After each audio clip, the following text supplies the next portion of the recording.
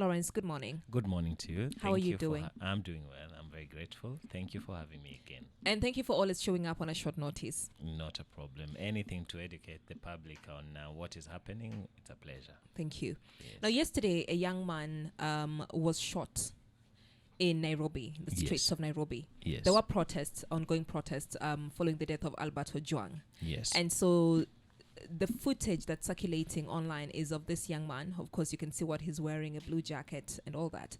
And there are two police officers. Yes. And you could tell there's a bit of the two police officers surrounded him. Yes. And he wasn't armed.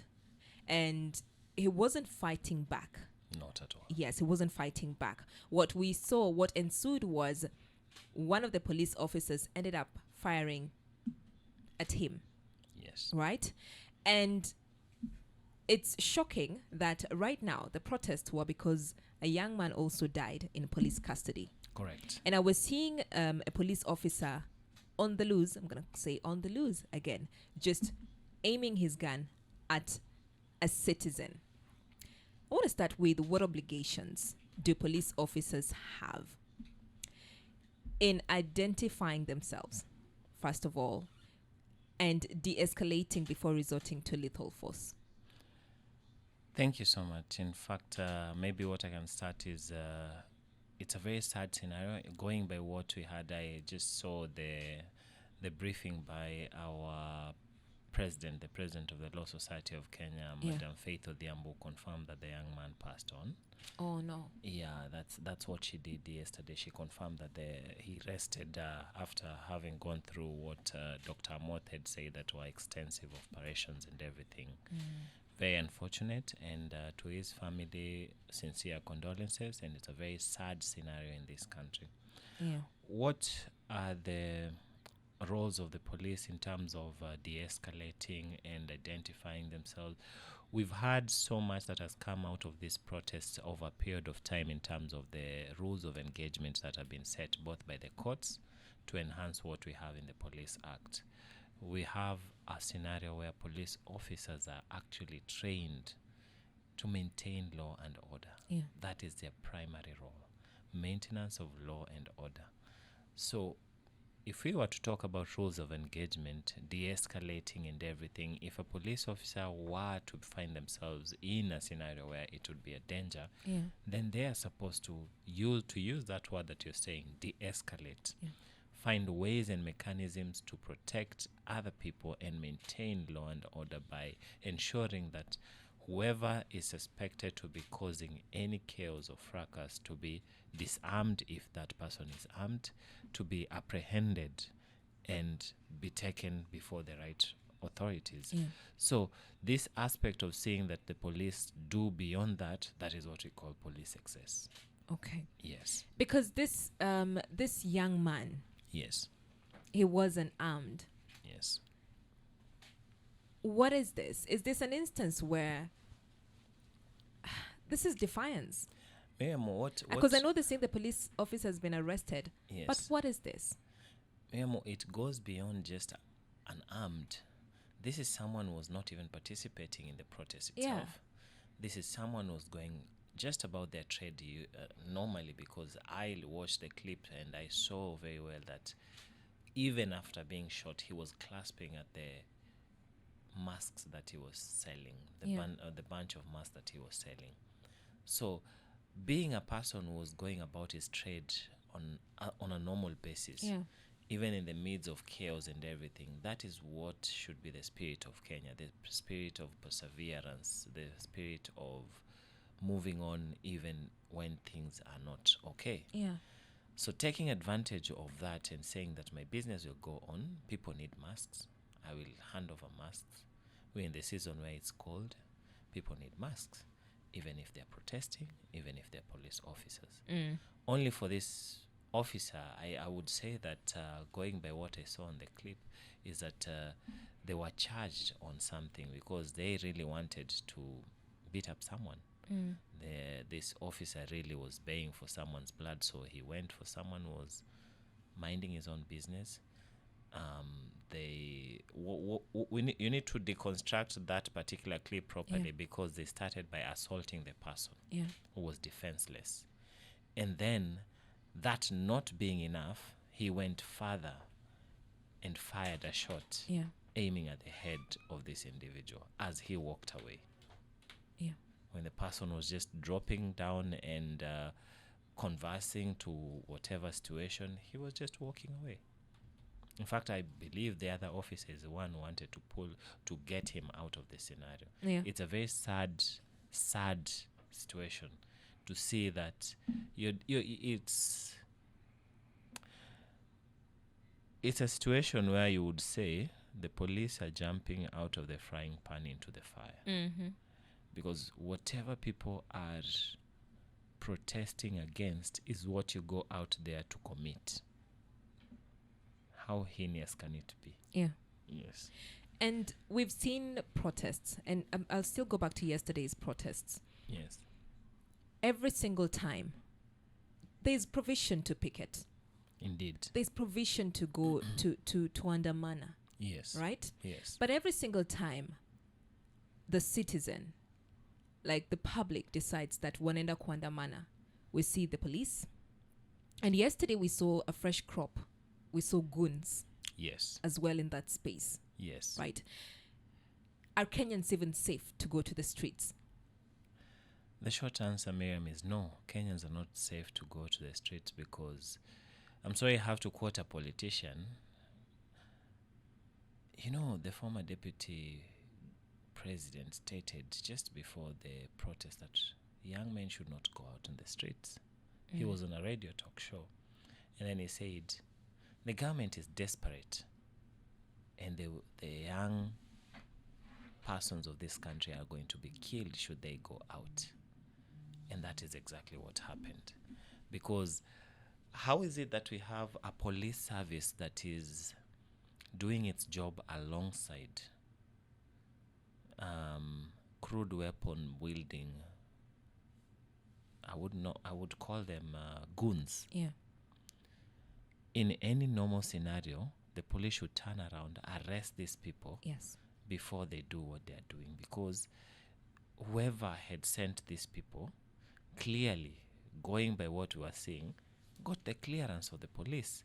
So they were fighting alongside the police.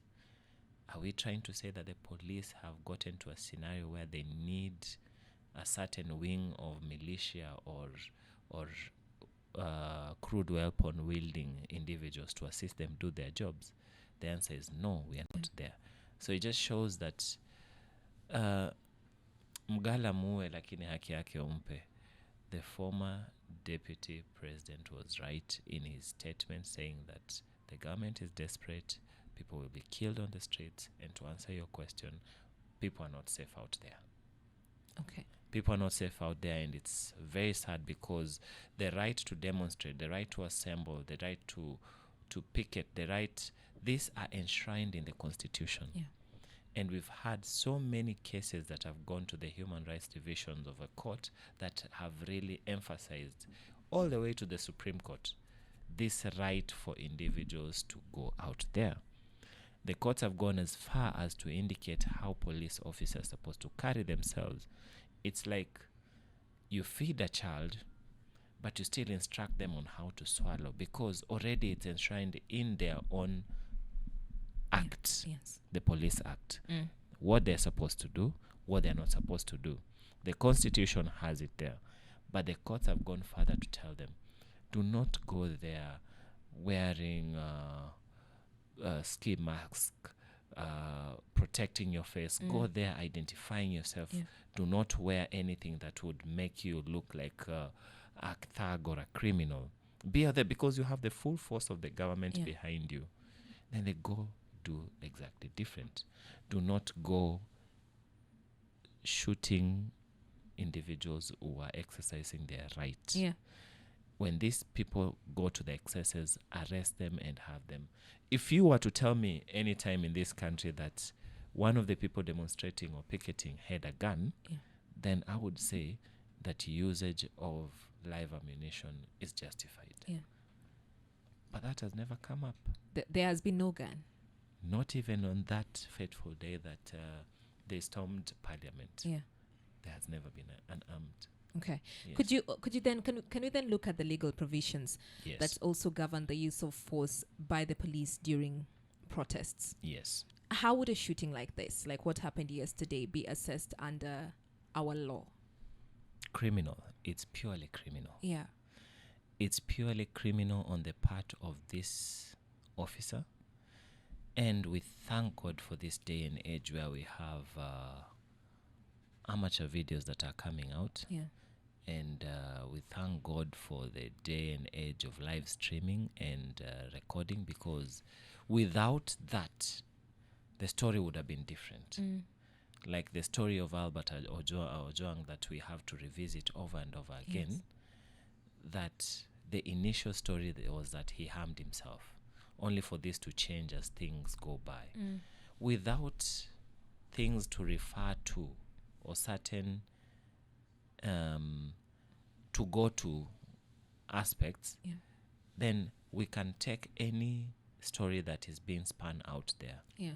So in this particular aspect, where what you're looking at is a criminal wearing a uniform, of course we saw the report by Officer Nyaga, the press release that officer has been arrested. Yes. But how many times are we going to have this? The same press statement indicated that there are individuals who are armed and doing this, and they are acknowledging that they are criminal offenses.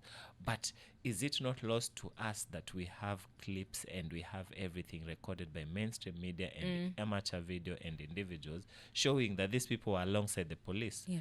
How are we saying that we are going to arrest those people, yet they were with the police assisting them to execute their duties? The mandate is supposed to be, in other jurisdictions, you are deputized to do certain police activities. If you're not deputized to do this, then you don't have the mandate to act as a police officer. That forms a criminal offense of impersonating an officer, a disciplined officer, whereby you should be, from the onset, we use Latin words in law, we say ab initio, you're supposed to be from the onset arrested and then charged for impersonating police officers, because maintenance of law and order is a reserve of the police. So these are the things that are supposed to guide us now. What happens to that police officer who is a criminal? Yeah. And that leads us now to who monitors the police. Who should monitor the police? Now this is now where we are supposed to go check, like, if the protector has become the oppressor, what should we do? That's a very good question. Yes. Yeah.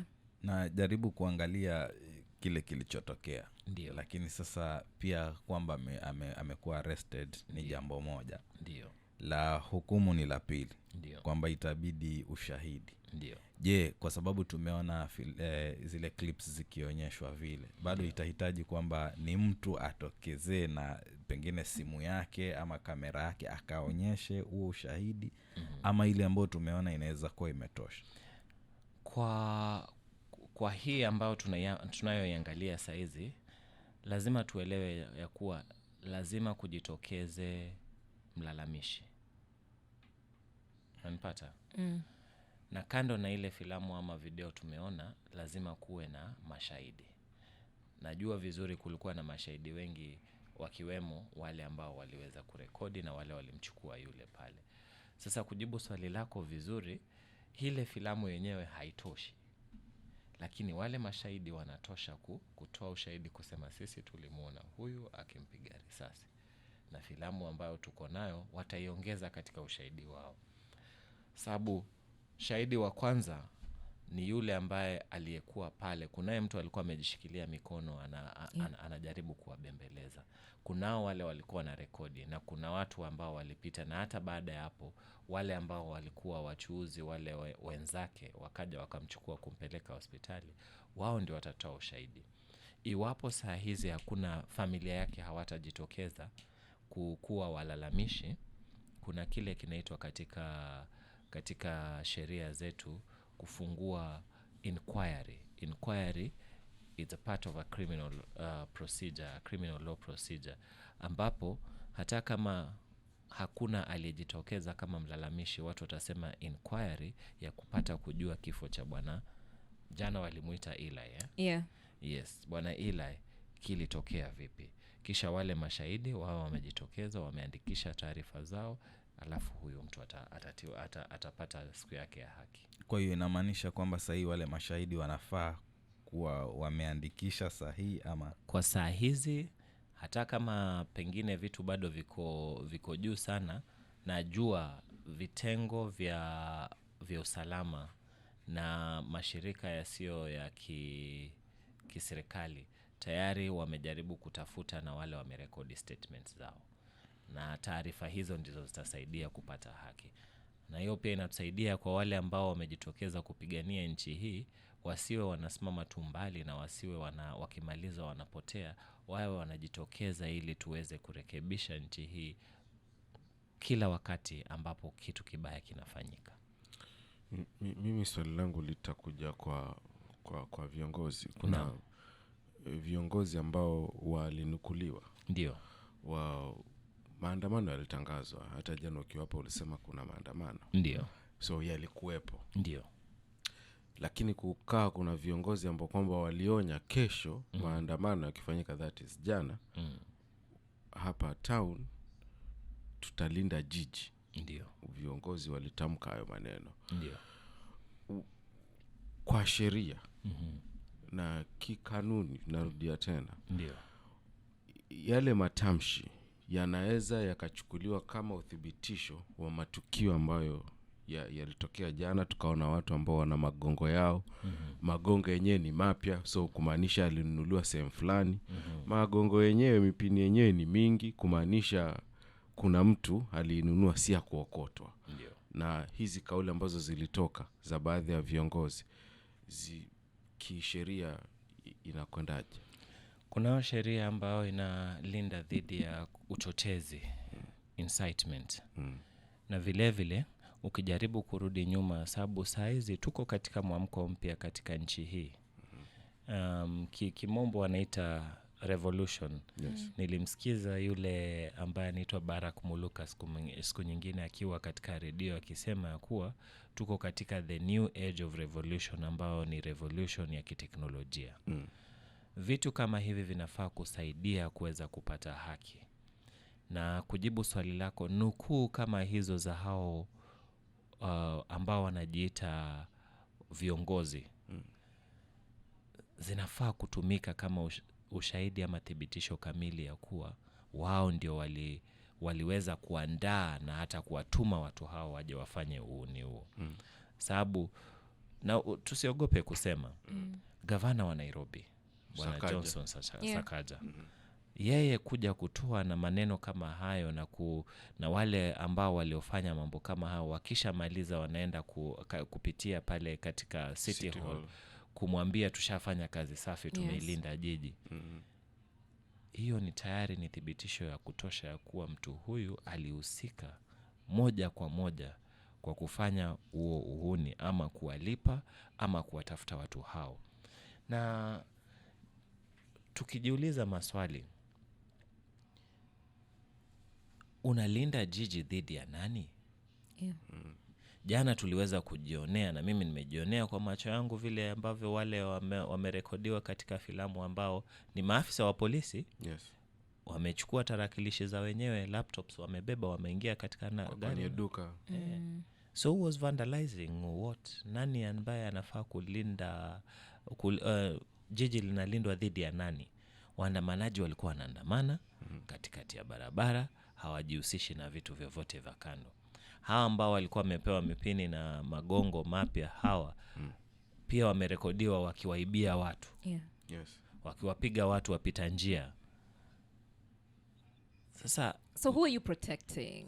They are the ones who are being armed. They are being facilitated to commit offenses. Yeah. So the Nairobi governor should be really ashamed of what he's doing, and so many other leaders who are doing this, because it clearly shows that they're taking advantage of desperation of the people who are actually to be protesting, to give them some money so that they can come out and commit offenses. Yeah.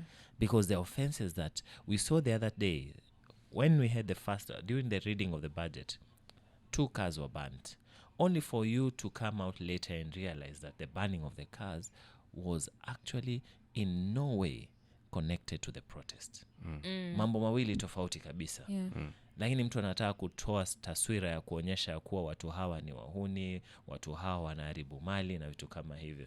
Na pia tusisahau aliyekuwa gavana wa zamani wa Nairobi bwana Mike Mbuvi Sonko, Gideon, alikuwa amesema tayari ya kuwa hiyo ni kati ya mikakati huwa wanafanya ili watoe lawama kwa watu wengine.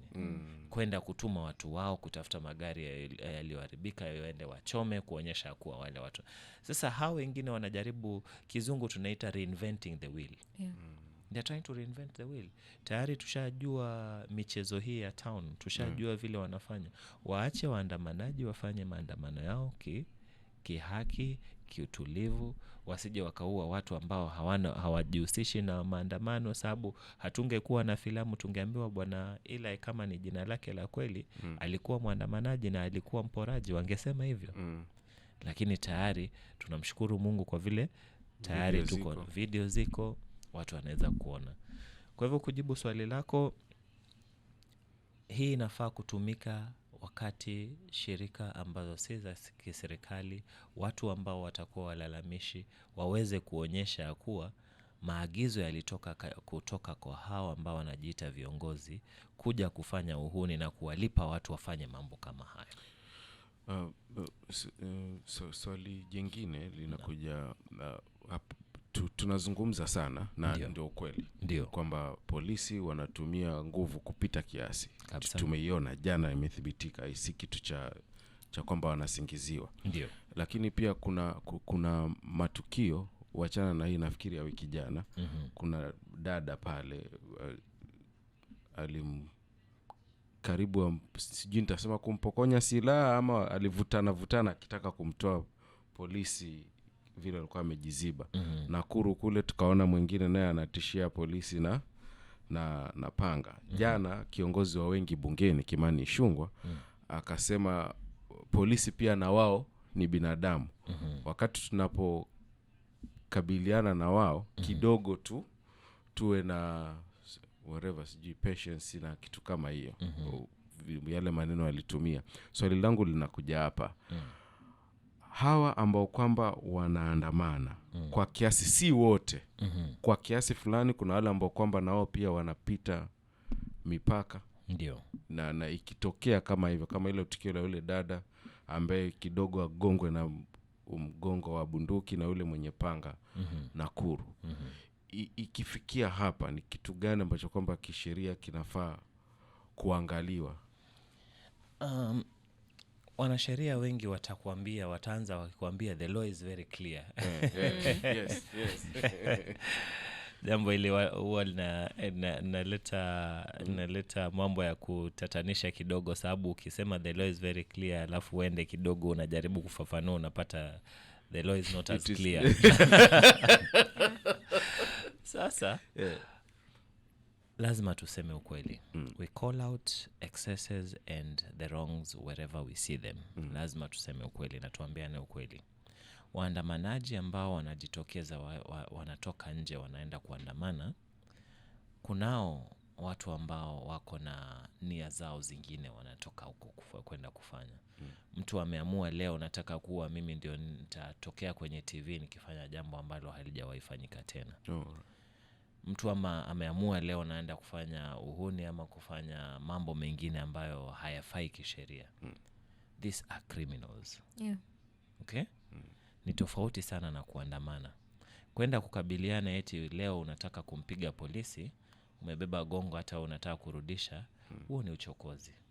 Na kile kiongozi wa wengi katika bunge alichukua nasema ni ya kuwa lazima hata wewe lazima uweze kujitambua na uweze kujua ni nini haswa imekupeleka pale, na uweze kujua yule pia ni mwanadamu anaweza kujikinga. Itaturudisha katika swali ambalo tulianza nalo, ni lile what are the rules of engagement. Yule ambaye atahatarisha maisha ya afisa wa polisi ana haki ya kujilinda na kujikinga, na sheria inawapatia ile nafasi ya kudisarm kwanza. Unaweza kupata njia yoyote ya kufanya ule mtu asije akakuja kuumiza. Uwezi niambia mimi nimeenda na kijiti nataka kumshambulia mtu, napigwa risasi kwenye kichwa. Unajua ningepigwa risasi mkono ambao umebeba hicho kijiti au mguu wakati najaribu kutoroka, itaonekana ya kuwa yule alikuwa anajaribu kunizuia, lakini yule ananipiga risasi kwenye kichwa, inaonekana na mambo yake. Sijui kama tunaelewana hapo. Kuna zile excesses, lakini kuna wale the criminal element. Nimeona hata jana kuna afisa wa polisi alipata nafasi kujaribu kumfanyia jambo ambalo si la kiheshima mwanamke ambaye ni wa Kiislamu, kujaribu kumtoa buibui. Na ni afisa wa kike. Wengine wakamzuia, lakini alipopata nafasi akampiga yule mwingine kofi kibao. Yes. Mambo hayo ni yale yanaonyesha ya kuwa bado kuna vitu ambavyo vinafanyika ambavyo si vya haki pande zote. Haswa tukiangalia upande wa polisi naye ni nini ilikuwa inamlazimisha ajaribu kumvua, na anajua vizuri hilo si jambo la kiheshima, kidini, kijamii na vitu kama hivyo. Ni uchokozi huo.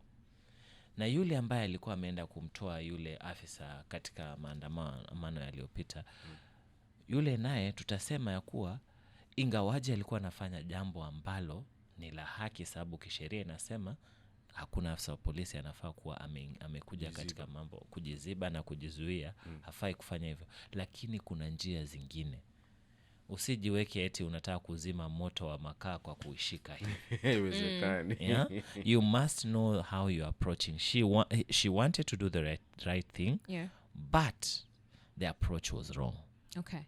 There's a question here. Yes. From Mama. Good morning to you. He says, clearly police brutality in the country is off the charts. I'd like to know, according to Mr. Lawrence, what is fundamentally wrong in the police force that makes police brutality a common practice? That's the first question.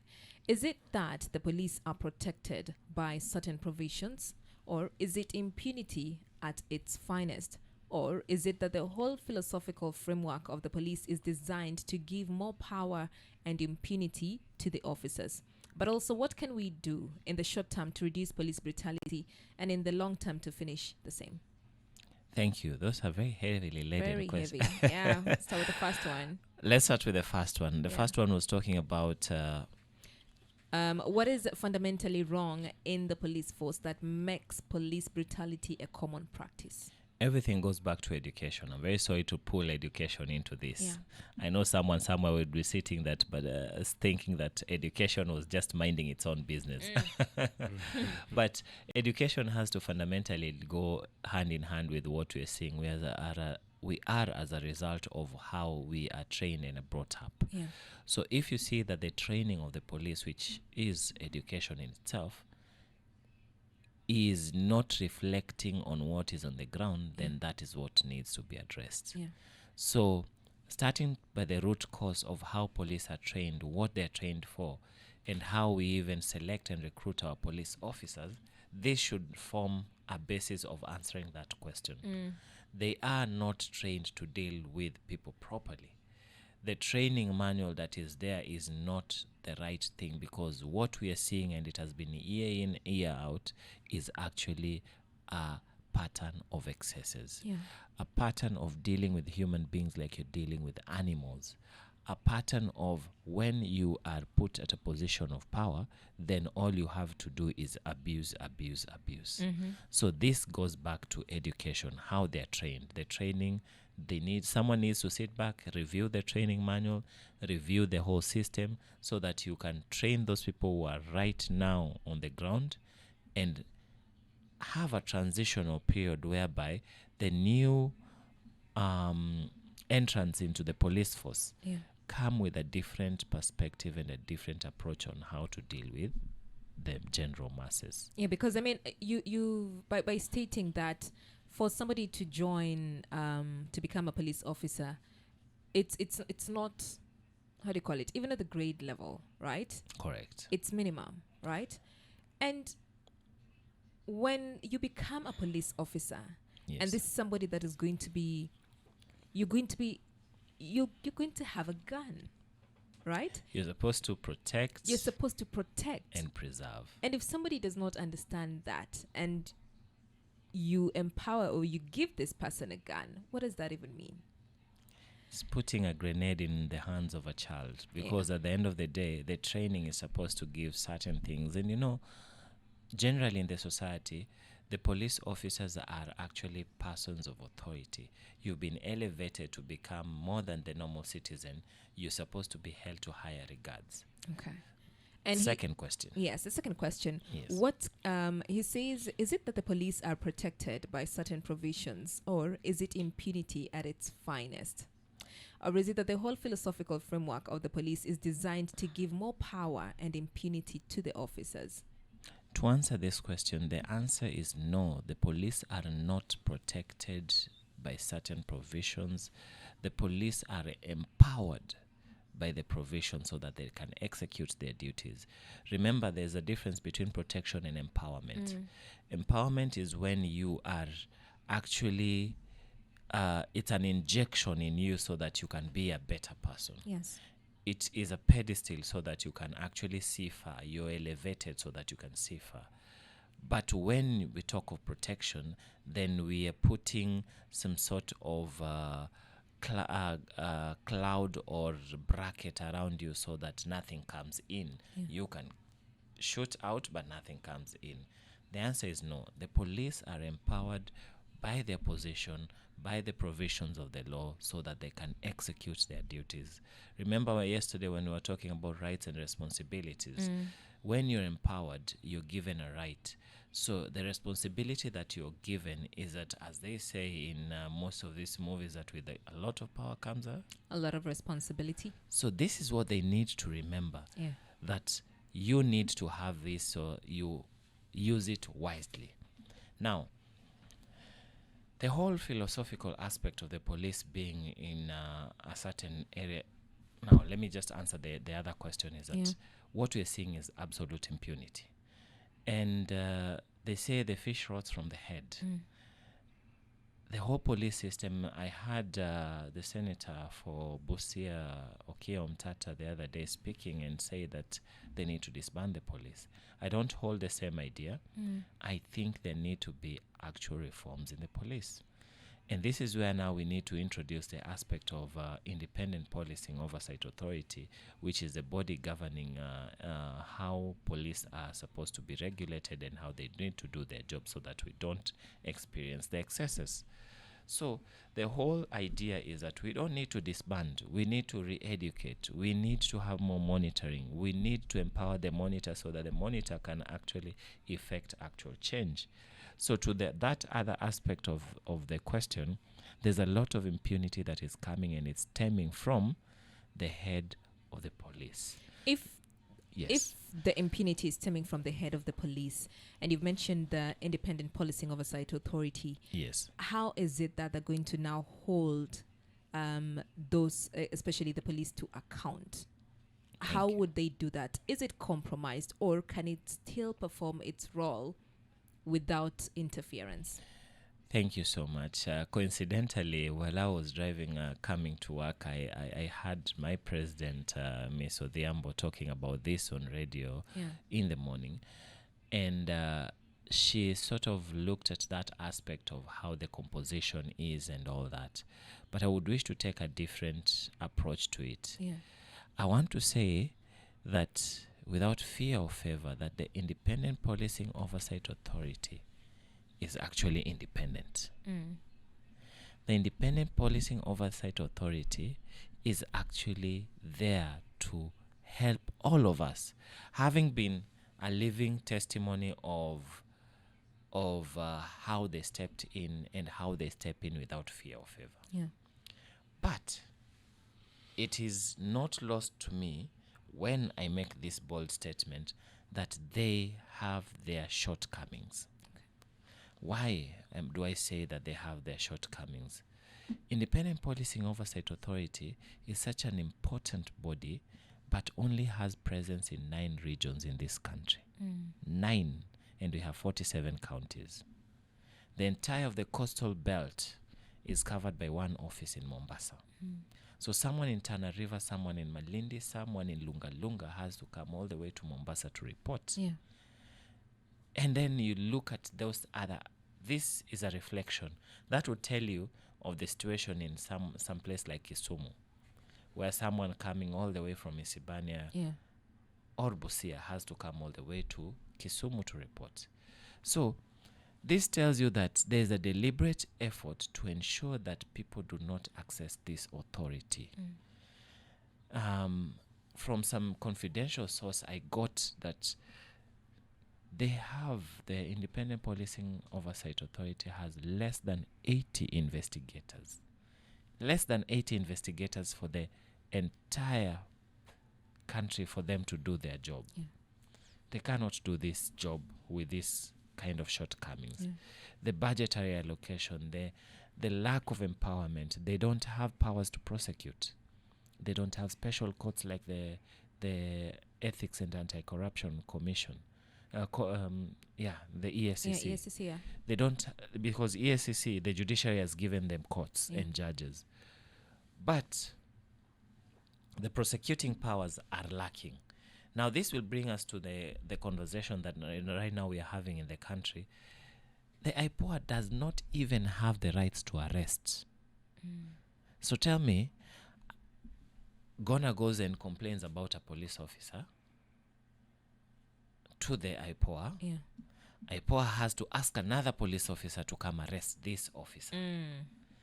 And then when this officer has been arrested, they record their statement, and then this file is forwarded to the office of the Director of Public Prosecution, who may or may not prefer charges, and then this matter rests at that point. So it means that we have an authority that has its wings already clipped from the onset. Yeah. They don't have proper presence, they don't have the powers of arrest, they don't have the prosecutorial powers, they don't have their own courts.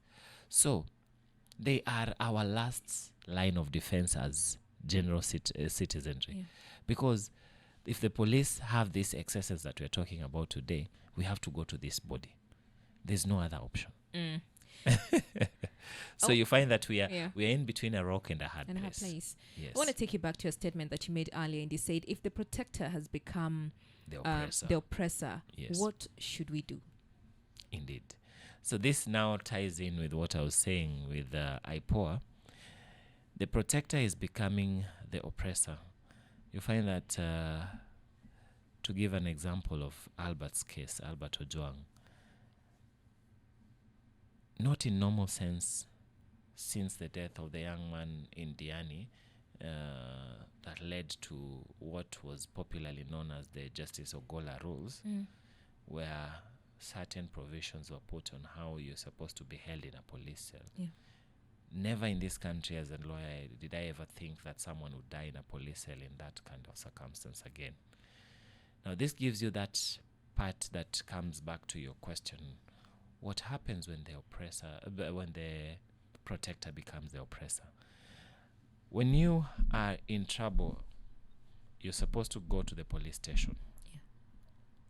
If the police station becomes a place where you're going to be oppressed, why should you go to the police station? Now, I'm not holding brief for IPOA, but I have come to realize that they are our last line of defense. If you cannot go to the police station, then we need the general populace to know that you can walk into any office of IPOA. They have the P3 forms. They have all the forms that you can get from the police, the abstract forms and everything. Report your matter to IPOA. Tell them that I cannot approach a police station because of 1, 2, 3. They are under statutory mandate to take your matter so that they can make sure that it's actioned. But unfortunately, most people do not know this. So what happens when the protector becomes the oppressor? Then we look into the other angel, the third party, who is IPOA. Because IPOA, remember, it is a civilian led and managed process to ensure that the police excesses are kept in on the line.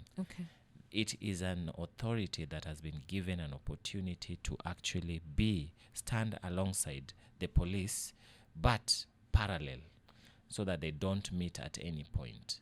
They are supposed to investigate the investigator. So they're not supposed to meet at any point? Not at all. So, Okay.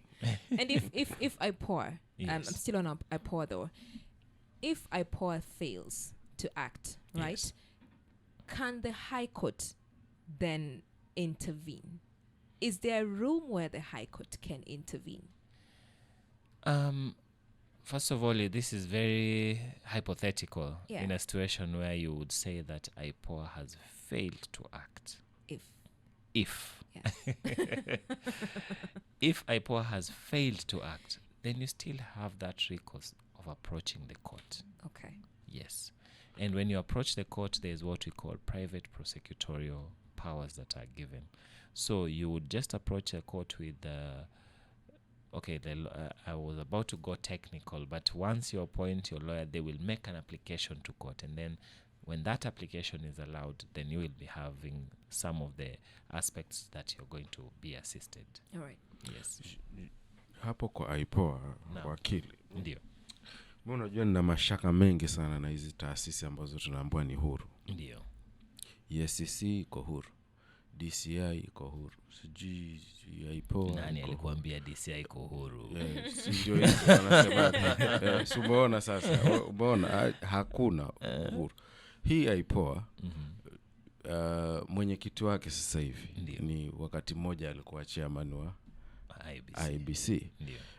Uteuzi wake unatokana na the political power ya wenye nchi ambao wanaongoza. Nchi ni ya Wakenya, but tumekabidhi sehemu ya watu wa tuongoze.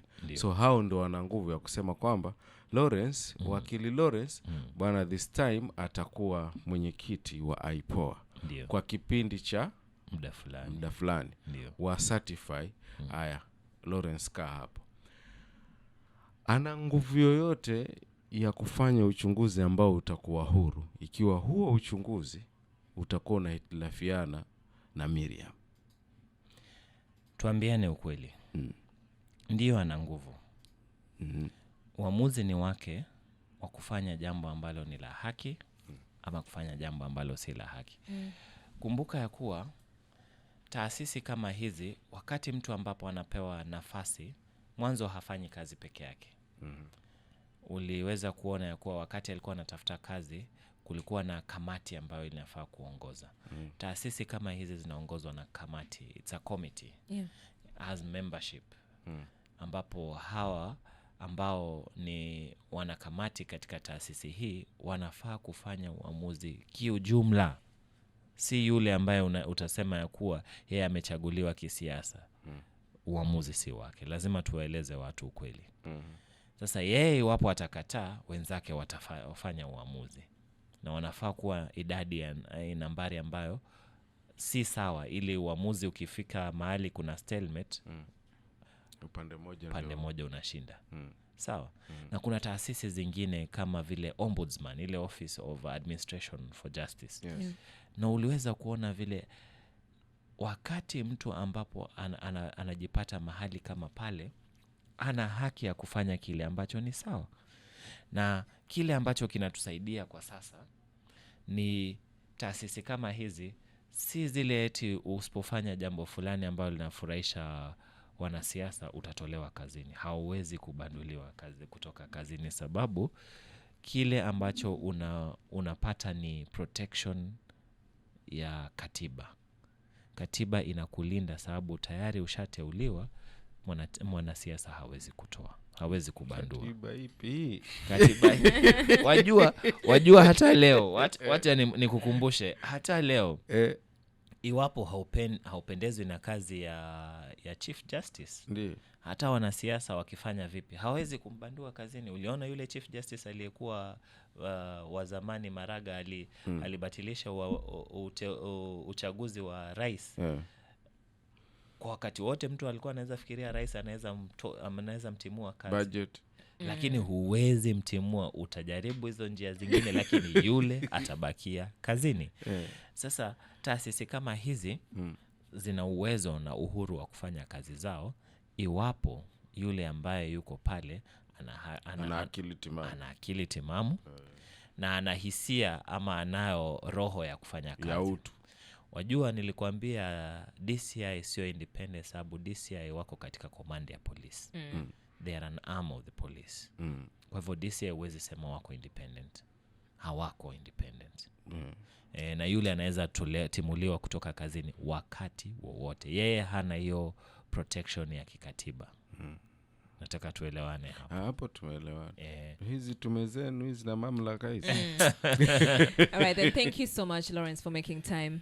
Always a pleasure. Yes, we have been looking at who can hold the police to account, and of course we've been speaking to Lawrence Obonyo. He is an advocate of the High Court, and of course from Lawrence Obonyo Legal Advocates. Correct. Yes, and you know what? He's always here every single Tuesday, and leo tumemleta on a Wednesday, but also he does more. So you know, if you go to all social media platforms at Lawrence Obonyo Advocates, you will find him. What my takeaway today is, if the protector has become the oppressor, what should we do? Food for thought.